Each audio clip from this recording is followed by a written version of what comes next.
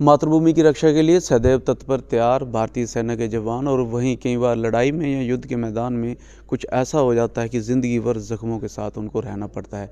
इन्हीं सारे की सैनिक जो ज़ख्मी हो जाते हैं उनकी सेवा के लिए, उनको फेलिसिटेशन के लिए वार वुंडेड फाउंडेशन जो है 2002 में बनी थी। और कल एक बड़ी रैली जो है वो जम्मू मंदिरों के शहर नगरोटा से होने जा रही है। मेरे साथ बातचीत करने के लिए वार वुंडेड फाउंडेशन के प्रधान lieutenant general retired Asit Mistry जी और उनके साथ साथ पूरी टीम, ब्रिगेडियर हरचरण सिंह जी और कर्नल साहब हमारे साथ हैं। क्या कुछ कहते हैं जानने की कोशिश करेंगे। सर, सबसे पहले ये जानना चाहूँगा, कल जो रैली है क्या कुछ खास ऑब्जेक्टिव और कितने इसमें जो वार वुंडेड फाउंडेशन की तरफ से जो लोग हैं हिस्सा ले रहे हैं?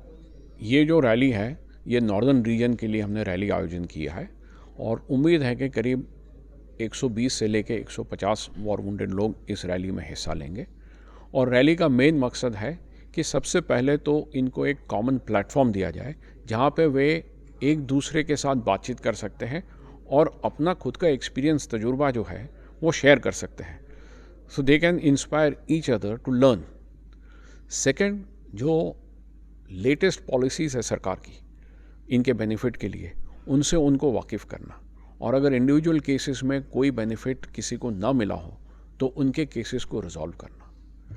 थर्ड, कि इस फील्ड में काफ़ी रिसर्च वगैरह हुई है, तो साइकोलॉजिकल काउंसलिंग, फिज़िकल रिहैबिलिटेशन, इसके बारे में लेटेस्ट जो भी तकनीक वगैरह अवेलेबल है, तो इस फील्ड के जो एक्सपर्ट्स हैं, खास करके जम्मू रीजन के जो साइकोलॉजिकल काउंसलिंग वगैरह कर सकते हैं, उनसे भी एक मुलाकात करने का और उनको सुनने का एक मौका मिलेगा। सर, आप प्रेस वार्ता को एड्रेस कर रहे थे, मैंने सुना आपने साइकोलॉजिकल के ऊपर ध्यान दिया और इसके साथ साथ फाइनेंशियली कैसे उनको सपोर्ट किया जाए उसके ऊपर ध्यान दिया। तो क्या कुछ चैलेंजेस जो हैं वो फाउंडेशन की तरफ से देखे जाते हैं और क्या कुछ आपको लगता है कि स्टेप लेने की ज़रूरत है? जैसा मैंने बताया था कि इनको 3 अलग अलग पहलू का सपोर्ट का ज़रूरत होता है। सबसे पहला होता है दी हेल्थ पार्ट और दी इंजरी मैनेजमेंट पार्ट, और वो भी शुरू का जो है immediate and long term rehabilitation. Second part है कि उनका मानसिक सपोर्ट, क्योंकि जब एक यंग मैन जो फिज़िकली इतना एक्टिव काम कर रहा हो वो सडनली अगर अपाहिज हो जाता है तो न सिर्फ वो फिज़िकली अपाहिज हो जाता है बट उसके जो साइकोलॉजिकल मेकअप है उसके ऊपर भी काफ़ी असर पड़ता है, न सिर्फ उसके ऊपर, उसके परिवार के ऊपर, और ज़िंदगी भर उस परिवार की जो लाइफ स्टाइल है वो चेंज हो जाती है। बच्चों का फ्यूचर भी चेंज हो जाता है, क्योंकि अब सबका जो ध्यान है, केंद्र है, वो जो फैमिली का सपोर्टर था अब वो सपोर्टेड बन गया है, उसको सपोर्ट करने में, तो whole perspective of that family has changed, their life has changed, so we need to support them in a long term manner. एक बहुत आम चीज़ है जिसका हम महत्व आम लोग नहीं समझ पा रहे हैं, but disable friendly toilet, that is a very important ingredient of a dignified life for a wounded soldier. So besides creation of jobs, besides skill development, besides finding jobs for them, supporting entrepreneur activities by them, we are also sponsoring construction of disabled friendly toilets for war wounded people.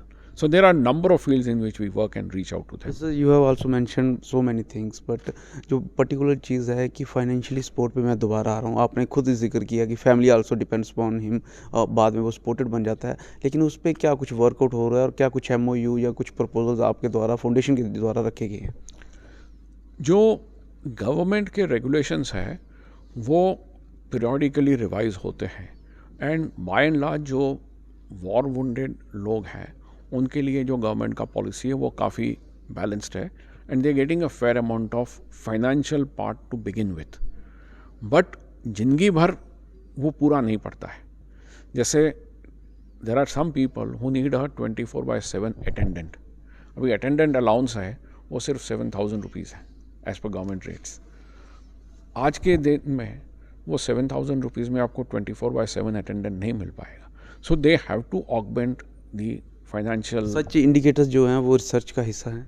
वो research का definitely हिस्सा है। जो हम USI के साथ में जो हमने चेयर ऑफ एक्सीलेंस सेटअप किया है वो all directions and all dimensions of rehabilitation and long term sustenance के बारे में रिसर्च करते हैं। तो हर पहलू में, चाहे उसमें गवर्नमेंट रेगुलेशंस हो, गवर्नमेंट पॉलिसीज़ हो, या कोई मेडिकल का सपोर्ट हो, कोई टेक्निकल सपोर्ट, वो हर चीज़ में हम लोग रिसर्च करवाते हैं। अच्छा, आउटरीच कैसे होती है वार वुंडेड फाउंडेशन की तरफ से?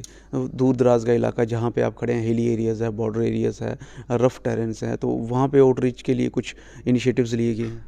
हाँ, हम लोग काफ़ी इनिशिएटिव ले रहे हैं, क्योंकि वॉर वुंडेड लोग जो है वो पूरे देश में फैले हुए हैं। तो उस वजह से हमारी एक्टिविटीज़ भी पूरी पैन इंडिया है, और पूरे देश में है। और उस वजह से हमने हर एक रीजन में रीजनल डायरेक्टर नियुक्त किए हुए हैं, जो अपने अपने रीजन की एक्टिविटीज़ को ओवरसी करते हैं, और उनको भी वहाँ के लोकल जो वेटरन्स हैं वो वॉलंटियर के तौर पे उनको असिस्ट करते हैं। सर, आखिरी प्रश्न रहेगा, लगभग कितने वार वुंडेड जो सोल्जर्स हैं अभी जो आपके उसमें नॉमिनल रोल में हैं? और दूसरा प्रश्न ये है कि क्या कुछ मैसेज देना चाहेंगे, क्योंकि आपके इस इंटरव्यू के बाद हो सकता है कहीं को और उम्मीद जागी हो, कहीं कुछ आपसे रब्ता कायम करना चाह रहे हो, तो क्या कुछ मैसेज देंगे उनको?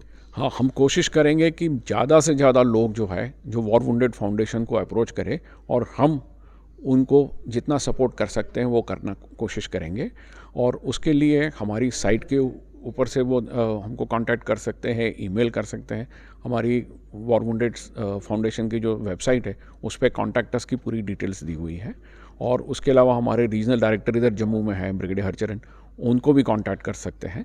तो किसी भी तरह से हमें मिलाप कर सकते हैं। बहुत धन्यवाद से बातचीत करने। मोबाइल नंबर अपने कर देंगे, उनको आप टिपर के तौर पे चला सकते हैं, जिससे कि लोगों को पता चले कि अगर उनको कोई ज़रूरत हो तो किस नंबर पे उनको कांटेक्ट करना है। वेबसाइट पे मोबाइल नंबर के ज़रिए आप कांटेक्ट कर सकते हैं। और बड़ी बात ये है कि वार वुंडेड फाउंडेशन सोल्जर्स के लिए, जो ज़ख्मी हो रखे हैं उनके लिए हमेशा तत्पर तैयार है। और बड़े सारे रेगुलेशंस और पॉलिसीज़ गवर्नमेंट की हैं, उसको तो प्रोजेक्ट करते हैं, लेकिन बड़ी बात यह है कि रिसर्च एंड डेवलपमेंट के ऊपर काम किया जा रहा है, और उसमें जो त्रुटियाँ हैं, जहाँ जो इंडिकेटर्स हैं, उसके ज़रिए भी उनको पूरी मदद पहुँचाने की कोशिश की जा रही है। बहरहाल इस सारी इन्फॉर्मेशन के बारे में आपकी क्या वैल्यू राय है, कमेंट सेक्शन में ज़रूर रखिएगा। देखते रहें ग्रेट जम्मू। कैमरामैन सिंह के साथ मैं पंकज गुजरिया।